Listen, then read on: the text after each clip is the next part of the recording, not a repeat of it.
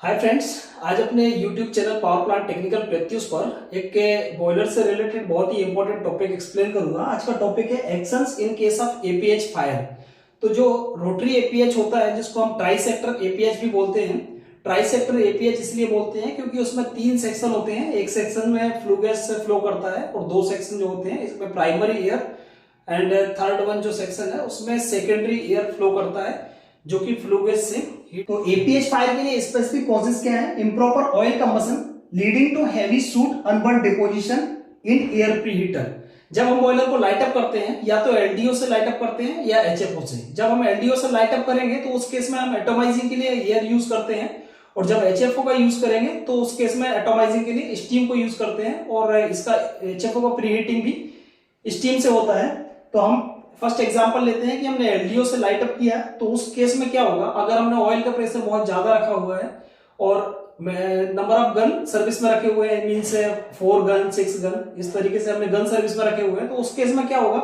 Atomising air का pressure forwarding pump का discharge में एक रिसर्कुलेशन वाल्व होता है, अगर उसका सेट पॉइंट हमने ज्यादा देके रखा है तो इसका प्रेशर ऑब्वियसली तरीके से 12 kg 10 kg मेंटेन होगा।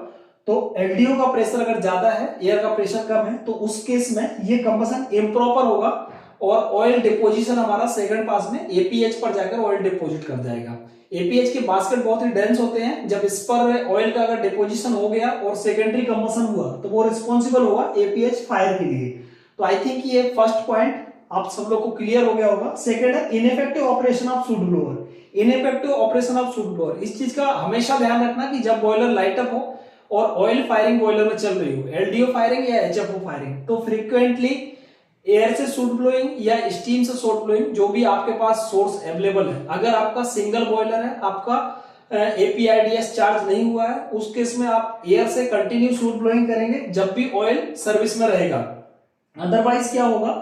Suit blower ineffective operation of suit blower means से आपने जितना सूट ब्लोइंग करना चाहिए वो नहीं किया है। इस केस में आपका एपीएच बास्केट के ऊपर में ऑयल का डिपोजिशन आ सकता है, वो भी एक रीजन हो सकता है एपीएच फायर के लिए। थर्ड है इनएडिक्वेट ऑयल प्रीहीटिंग। अब ये इनएडिक्वेट ऑयल प्रीहीटिंग, इसके लिए बात कर रहे हैं हम एचएफओ के लिए। एलडीओ का तो प्रीहीटिंग होता ही नहीं है।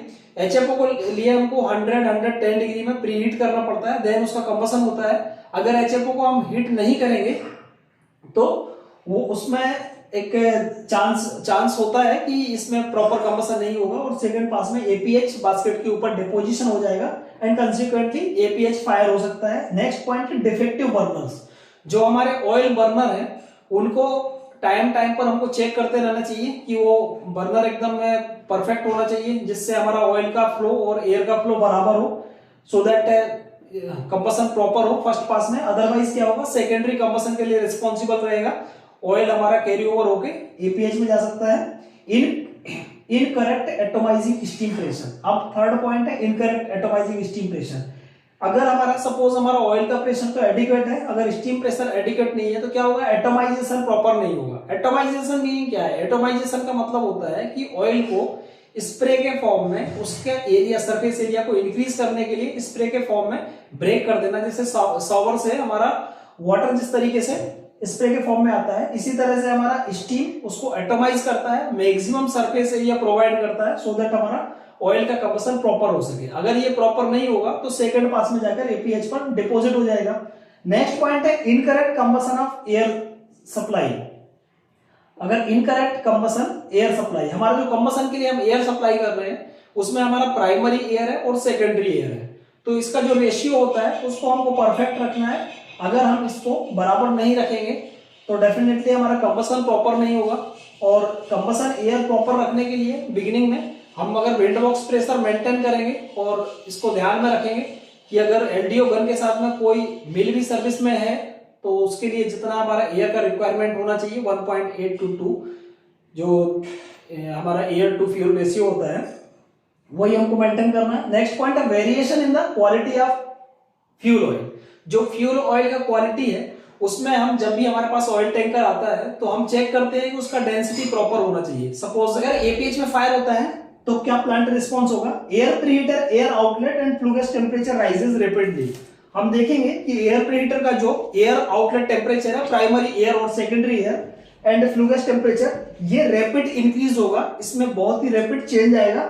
फर्स्ट सिम्टम्स ये होगा, रिस्पॉन्स ये होगा। सेकंड रिस्पॉन्स क्या होगा, if there is an abrupt rise in the APH flue gas temperature are hot spots observed on the APH casing.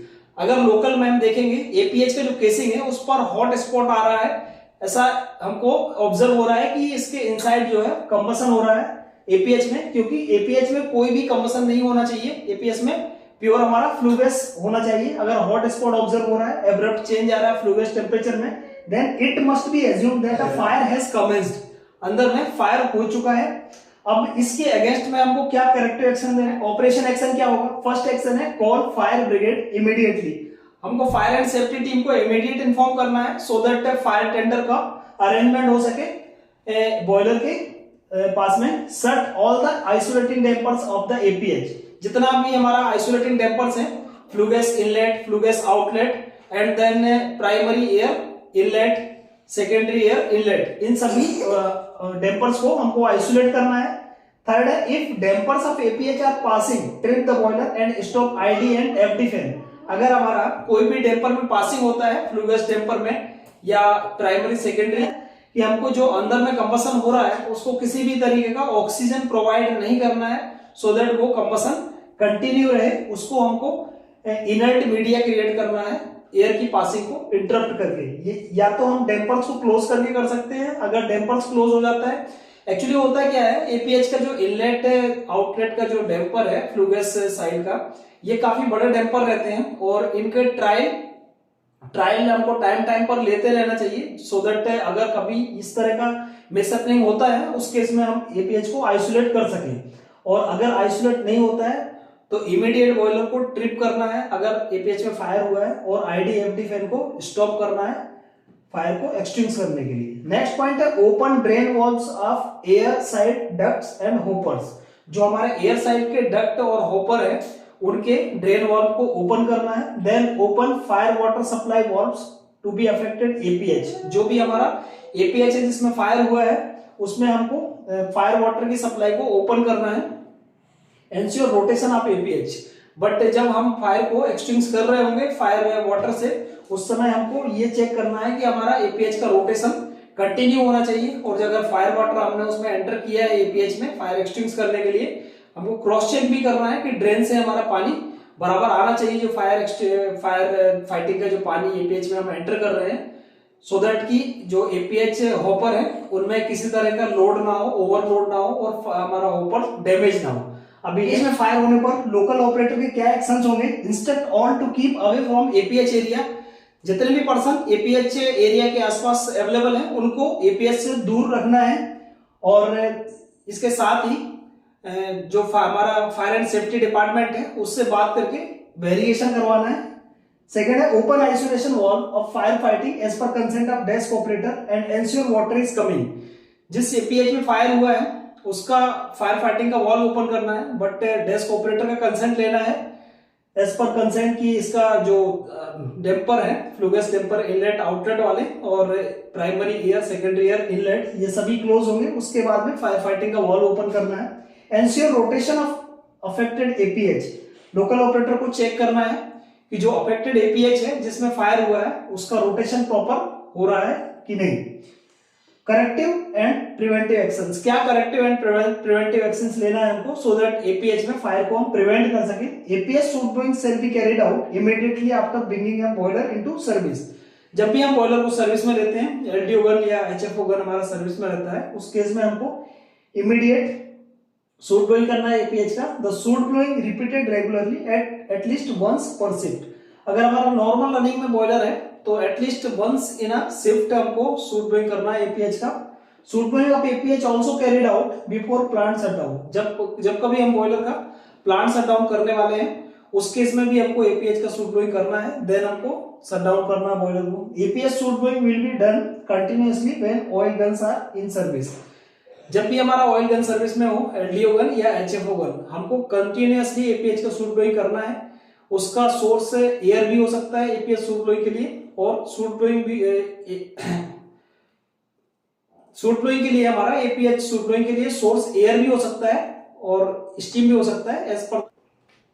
Next है hot washing with water during shutdown shall be done. APH का hot washing हमको करना है water से जब कभी अगर shutdown होता है। इसका डीपी अगर हमारा बियॉन्ड द लिमिट जा रहा है एपीएच का जो डीपी है फ्लू गैस साइड में, तो हमको इसको प्लान करना है वाटर वॉशिंग के लिए सो दैट इसके बास्केट क्लीन हो सके और चांसेस ना रहे किसी तरह का सूट डिपोजिशन का या फिर हमारा अनबर्न कार्बन डिपोजिशन का। नेक्स्ट है inspection and maintenance of oil burners are very important. जो ऑयल बर्नर है ऑयल बर्नर का इंस्पेक्शन जब कभी शटडाउन होता है तो उसका इंस्पेक्शन भी करना है। अगर कहीं पर डिफेक्ट मिलता है डिफेक्टिव बर्नर मिलता है तो उसका एडिक्वेट मेंटेनेंस भी करना है सो दैट कि इसमें ऑयल का कंबसन प्रॉपर हो और सेकेंडरी कंबसन के चांसेस ना हो एपीएच में। An alarm must be incorporated in LPS if APH outlet temperature rises rapidly desk operator can take corrective action. Very important point है ये।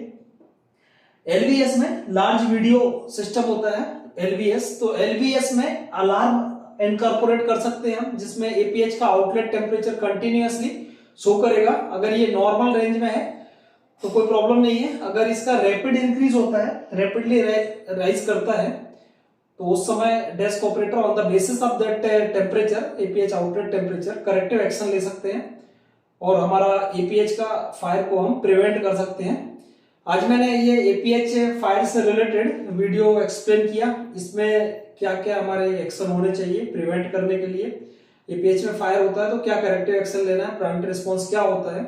अगर वीडियो आपको अच्छा लगा हो तो वीडियो को लाइक करें, चैनल को सब्सक्राइब करें, वीडियो को ज्यादा से ज्यादा शेयर करें और कमेंट सेक्शन में कमेंट्स करें अगर आपको कोई कमेंट है कोई क्वेरीज है। Thank you very much.